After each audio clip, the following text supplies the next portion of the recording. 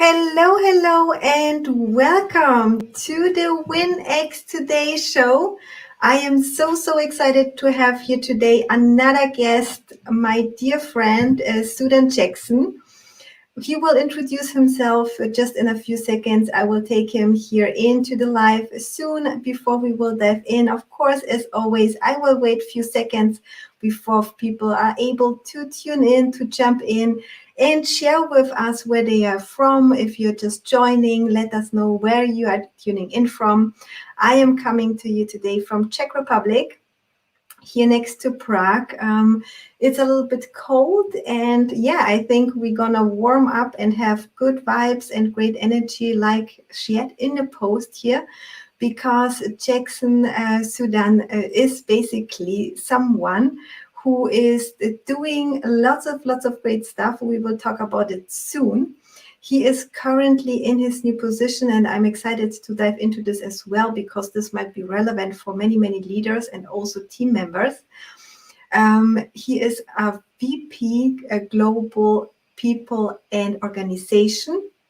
He was before that as a top manager at Revit Digital and a former HR director at Capgemini. So I'm super excited to take him today into the show to talk with him. And before we will dive in, I will of course share a little bit of a context where we met each other before and how we got together. So without further bubbling, taking you here in Sudan. Thank you so much for being here today, for joining us. Would you mind to share a few words about you, besides, of course, all those titles that you've gained and reached within your career that are, of course, amazing and great, but I know that you are, of course, connecting with some other great things as well.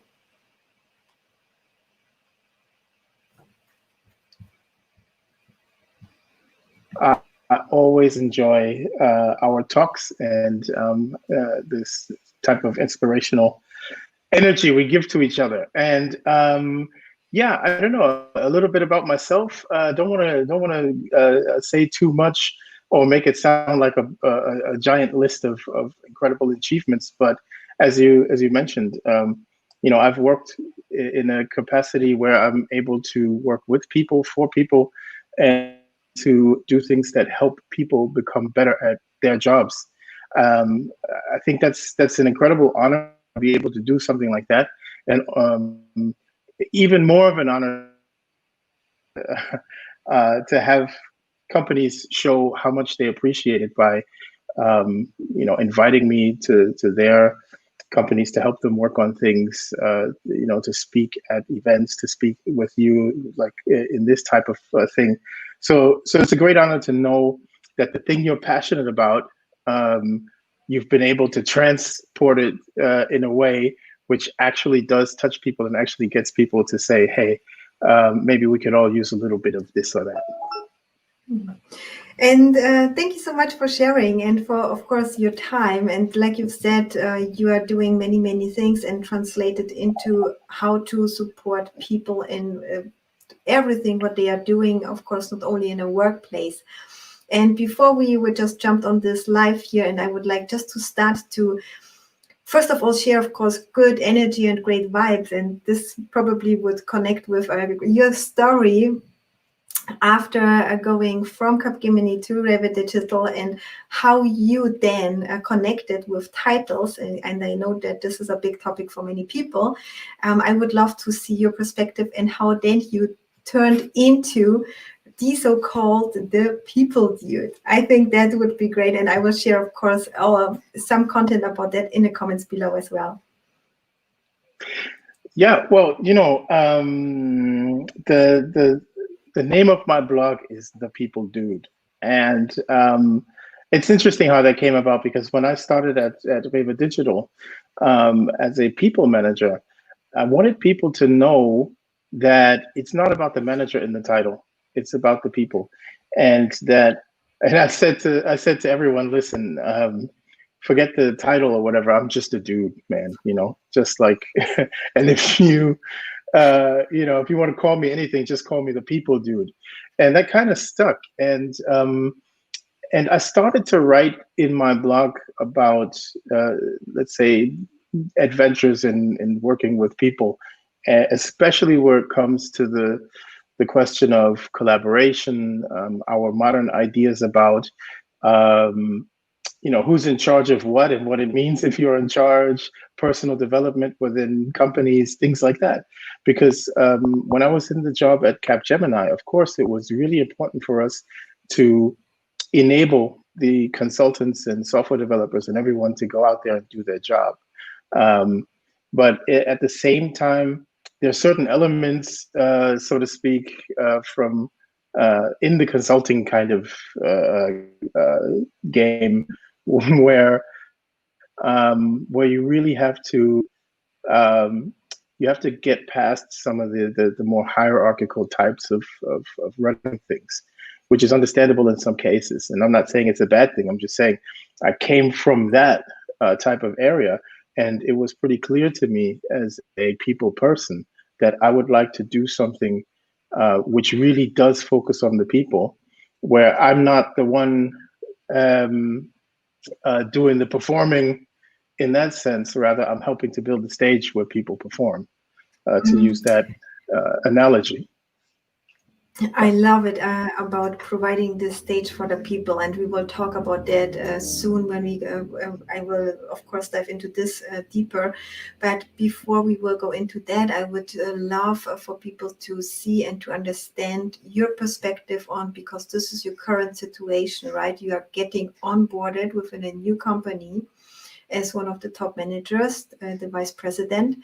And on the other side, you have to start to get to know people and teams on different locations. And everything is just starting out completely remotely. So would you mind to share your experience and how both of those sides can basically start within this new normal, from a sense that it will build up a team and will create this team building in itself? Mhm. Yes, that is that is an excellent topic now, and I think it's one that's completely relevant for so many people out there, for so many of us. And yes, I am starting a job, or I started 2 weeks ago. This is my third week, um, completely remote. I'm not, in the office. You know how usually when you start a new job, your first couple of days are finding out where the coffee machine is. Then you find out, where the emergency exits are, where everyone sits, things like that. And so my experience now starting at Commerce Tools has been a totally different one, but I have to say an incredible experience because yeah, we're a digital company, right? So you have to imagine that we are able to tackle this kind of thing, and we are. And as a matter of fact, I'm not the only person starting at Commerce Tools in this month or in this time period. We have plenty of people starting with us, all remotely, and we've managed to make an onboarding experience, which is amazing. I mean, these are strange times we're living in. Everything's new. Everything's different. We haven't done these types of things, in a big way before. And I have to say, the experience of joining a company where you won't be seeing the people in person for the first couple of weeks or months is a bit strange at first, but then you start to realize, as I said in that one article, and we'll probably talk about it later on, um, things aren't as difficult as they seem. And actually, quite a lot of the interactions that I've been having with people have been pretty much the same as if we were sitting in the same room, except that now these days we've learned to be able to do it in front of a camera. And we've learned to be able to speak to each other this way. Um, and it doesn't feel as odd as you might expect. As a matter of fact, it feels quite natural, except that everyone's looking at my living room in the background when we talk, and I get to see where other people live. That's a little bit different than it would have been in the office, but overall, the overall experience is less scary and less awkward than anyone might have thought. Mhm. And what would you say is the best practice for you to connect with your team members right now? Well, yeah, best practice. You know what? Once again, I'm gonna use that word common sense, because in the end, it's all about uh, um, why would you do anything differently now because of the pandemic than you would have done in other times? Now, obviously, sitting down with someone face to face is a totally different thing than sitting down with them on a camera. But you have to build a rapport. You have to connect with people. You have to find common ground. And the best way to do that is by speaking to each other, actually talking to each other, and not just, I mean, try not to get caught up in sending everything through Slack or emails. If it's possible, grab a phone, speak to someone, jump on the camera, speak to people. So yeah, I wouldn't say there's a special sauce or some kind of secret formula, other than do what you would have done in the office. Just it'll just be this way, kind of virtual, Mhm. right? Yes, and this brings me basically to exactly the next topic, what you were just referring to briefly, is about the common sense when it comes to socially distant collaboration, meaning that when people right now have to work maybe from different places and maybe do things in a different way, however, at one or another way, we were all doing it already.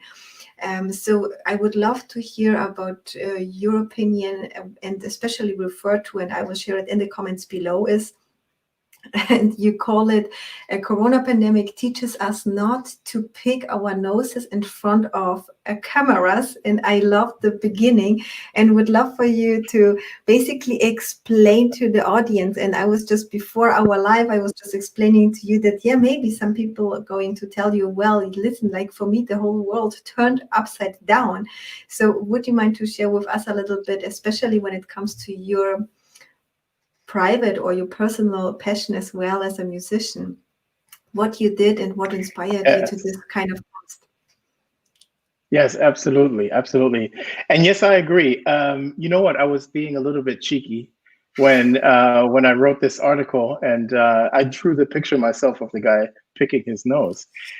And the reason I did it is because honestly, I was surfing somewhere, and I kept coming across these articles from the big name consulting firms, from the big name universities, and I swear all of them were saying the same thing, like make sure you wear shirts with the right pattern that won't disturb others on camera.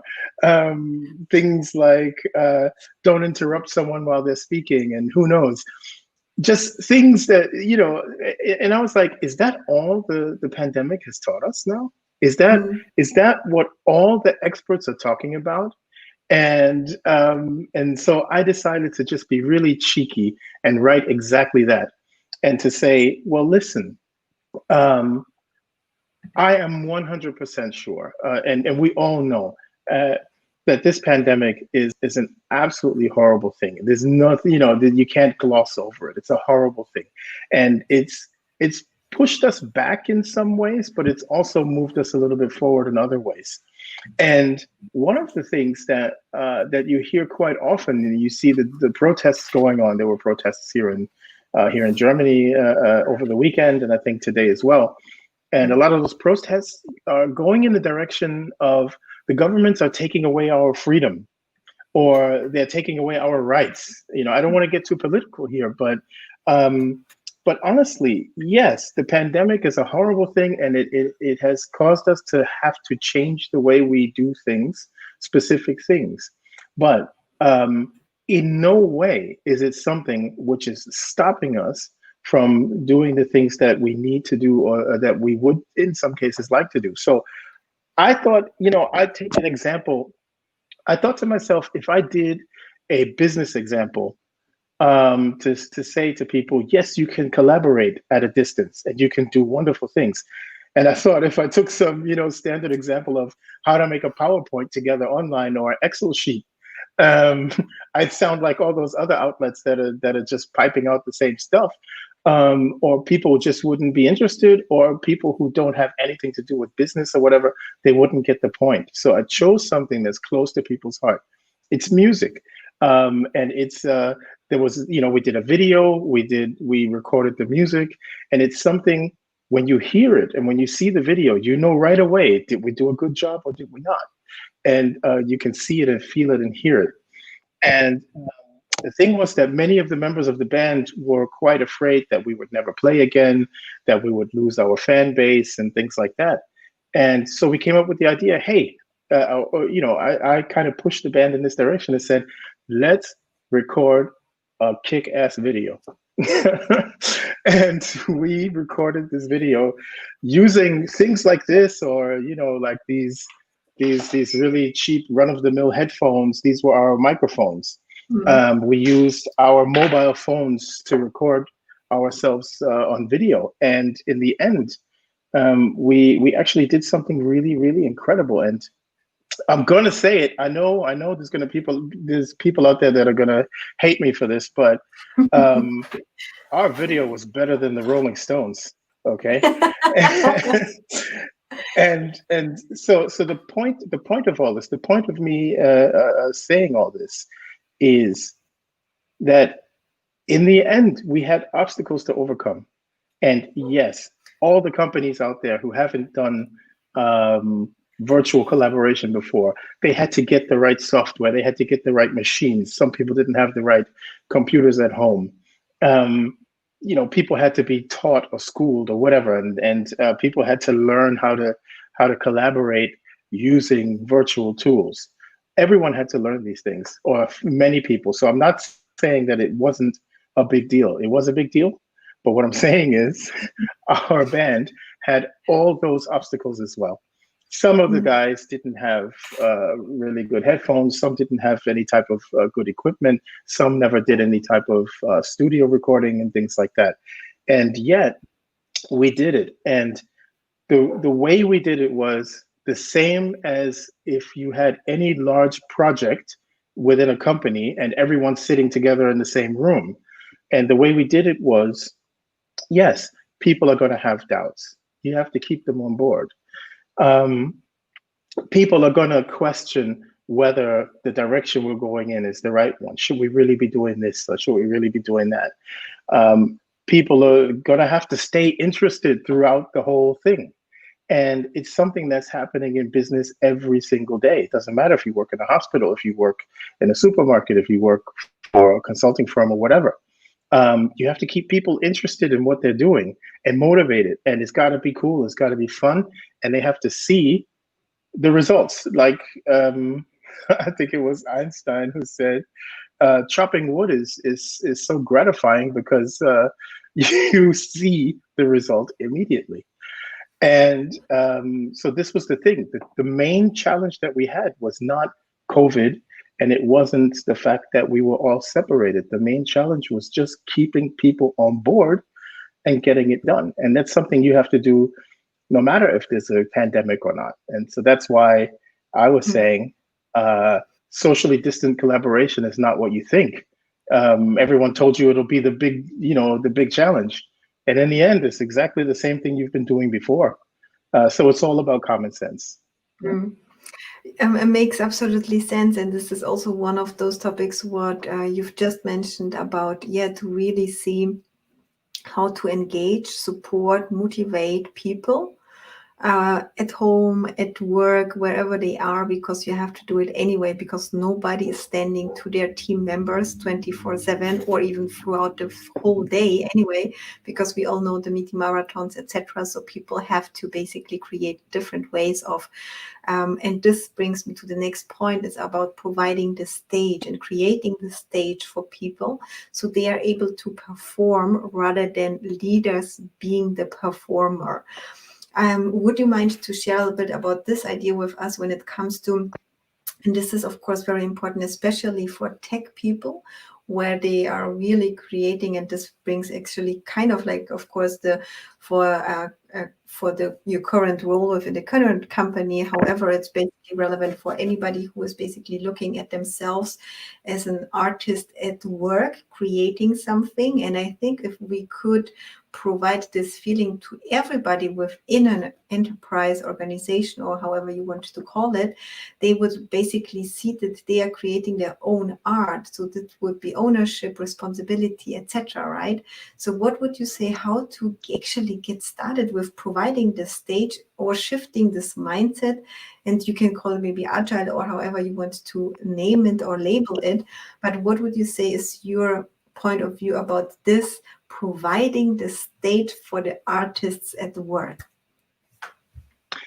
Yes, thank you for that.